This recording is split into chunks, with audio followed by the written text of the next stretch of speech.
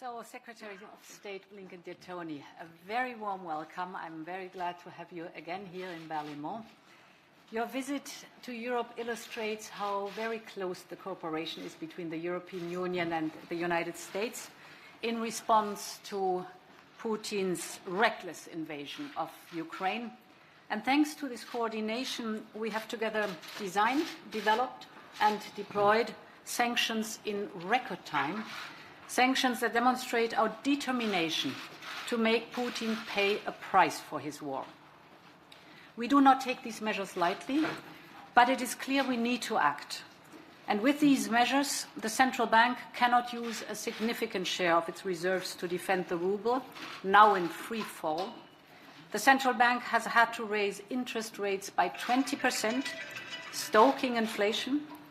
Significant commercial banks are cut off from global markets and from SWIFT, curtailing their ability to finance the economy. The stock exchange in Moscow remains closed since the beginning of this week. One after another, Western companies announced their own measures, stopping production, investment, and sales.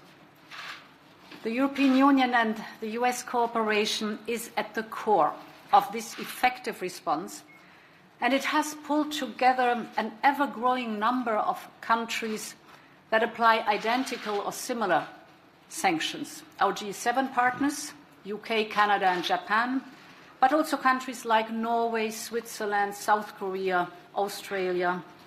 By now, over 40 countries, partially or completely aligned with our sanctions. And this is testimony to the determination of the global community to reject this invasion. One only needs to see the result of this week's United Nations General Assembly. 141 countries, an overwhelming majority, supported the resolution condemning Russia for its brutal invasion. Only 4 countries out of 193 stood by Russia. It was Belarus, North Korea, Syria, and Eritrea. President Putin is increasingly isolated in the world community, but in the face of the world's protests, Putin's army carries on. Bombings and missile attacks on civilian targets are intensifying. Rest assured, the European Union and the United States will continue to stand by Ukraine and its courageous people and its steadfast leadership. The scale of the humanitarian catastrophe there in Ukraine that is unfolding really worries us. Europe is seeing destruction and displacement on a scale not seen since the darkest days of the last century. The European Union, as Ukraine's neighbor, is sparing no effort. We're providing 500 million euros of humanitarian aid immediately, and more will come. We're working fast to establish civil protection hubs in Poland, in Slovakia, and in Romania. And we are also doing everything we can with international organizations and NGOs to set up humanitarian corridors that stretch inside Ukraine. Desperately needed humanitarian aid must be able to reach all parts of Ukraine, and civilians must be allowed to escape cities under siege. Finally, the European Union has triggered, for the first time ever, the so-called Temporary Protection Directive. What is it? It effectively opens up residency rights for most refugees to live and work in the European Union, to have access to health services or, for example, schools, for at least a year. We know that this conflict is far from over.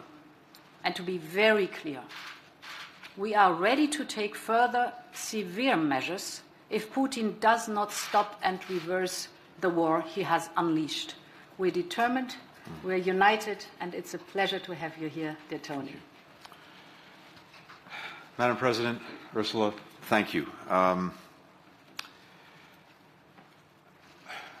short while ago, we were meeting with the EU's Foreign Affairs Council, and before that, at NATO, and I'll have more to say about that later. But with us was, by video, was Dmytro Kuleba, the Ukrainian Foreign Minister. And in the course of speaking to us, he showed us some photographs, one of which I think has also been in the media, shows a father grieving over his dead child. Blood is still on the sheet that drapes him. It's a reminder that even as we talk about these weighty issues of war and peace, what this is really about is the lives of men, women, children, hundreds, thousands of individual human tragedies inflicted by Vladimir Putin and his war of choice on Ukraine and its people.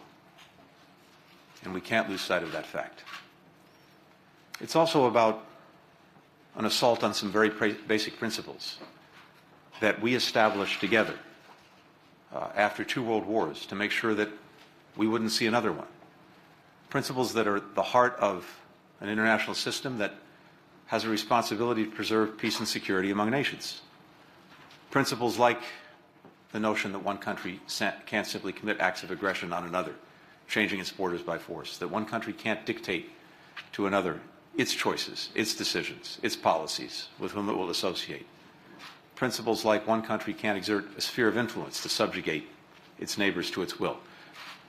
Each principle now under assault by the aggression against Ukraine committed by President Putin and Russia.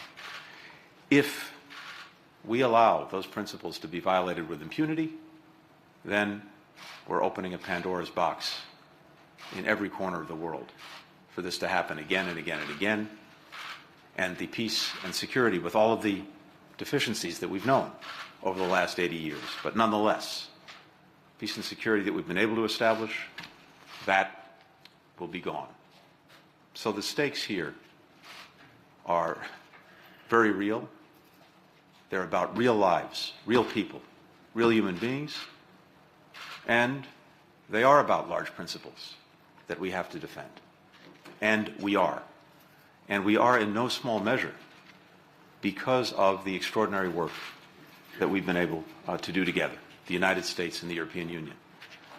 When President Biden took office, one of the first trips he asked me to make was here, to see you, to see the leaders of the European Union, because President Biden was convinced that this partnership between us was really a partnership of first choice, that looking at all of the problems that our citizens face in their daily lives, we would be so much more effective in dealing with those problems, those challenges, and those opportunities together, not alone, not individually.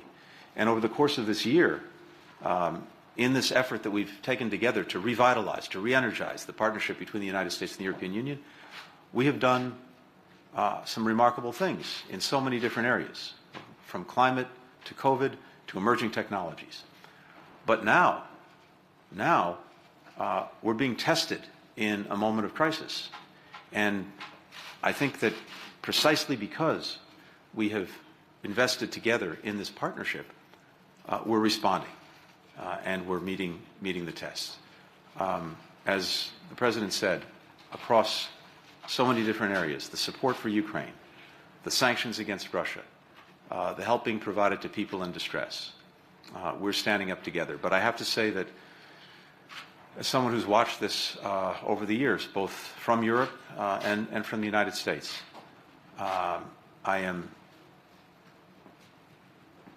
it's hard to find the right word for it, but let me simply say it's been almost overwhelming to see how quickly, how effectively the European Union has come together and acted in the face of this aggression.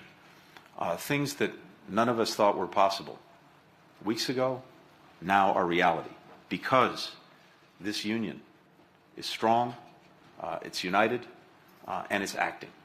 And we're grateful to have this partnership because it is making a difference. I think we know something else, and the President alluded to it. Unfortunately, tragically, horrifically, this may not be over soon. And so these efforts that we're making together, we have to sustain them. We have to build upon them. We have to get to the point, together and with, as the President said, so many other countries around the world who are united in their abhorrence of what President Putin has unleashed. We have to sustain this until it stops, until the war is over, the Russian forces leave, the Ukrainian people regain their independence, their sovereignty, their territorial integrity. We're committed to doing that. Thank you. Thank you very much. Thank you. Thanks a lot.